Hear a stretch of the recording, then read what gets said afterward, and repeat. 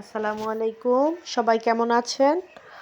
আলহামদুলিল্লাহ, আপনাদের দোয়ায় আমিও ভালো আছি। আজকে রান্না করব গরুর মাংস মাটির হাঁড়িতে। অবশ্যই আপনারা কমেন্টে জানাবেন আপনারা কে কে মাটির হাঁড়ি ব্যবহার করেন আর মাটির হাঁড়ি রান্না কেমন লাগে। আমি কিছু গরম মশলা দিয়ে নিয়েছি। গরম মশলাটা হালকা ভেজে এখন কিছু পেঁয়াজ কুচি দিয়ে নিব। মাটির হাঁড়িতে রান্না করলে একটা অসাধারণ স্মেল আসে। পেঁয়াজটা ভেজে নিব।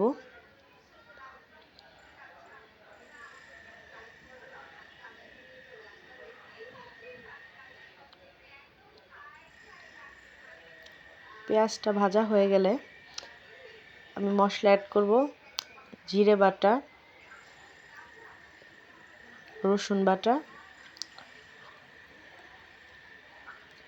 আদা বাটা। এখন মশলাগুলো কষিয়ে নিব।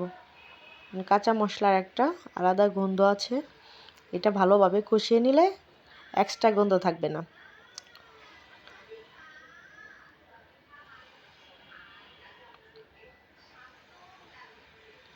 এখন শুকনা মশলা দিয়ে নিলাম, হলুদ, মরিচের গুঁড়ো, ধনিয়া গুঁড়ো, গরম মশলা গুঁড়ো, জিরের গুঁড়ো।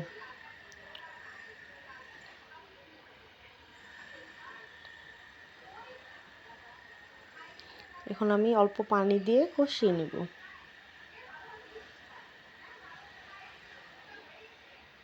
দেখছেন কালারটা কি সুন্দর এসেছে। মাটির হাঁড়িতে রান্না করলে যেমন অসাধারণ টেস্ট হয়, তেমন কালারও খুব সুন্দর আসে।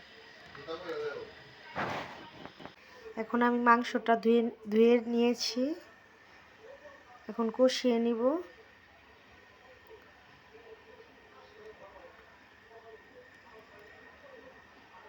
মাংসটা ভালোভাবে কষিয়ে নিতে হবে।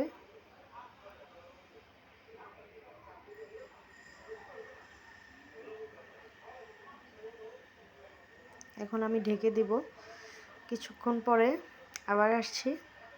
কষানো হয়ে গেছে, আমার রান্না রেডি হয়ে গেল। অবশ্যই কমেন্টে জানাবেন মাটির হাঁড়িতে রান্না কেমন হয়েছে। আল্লাহ হাফেজ।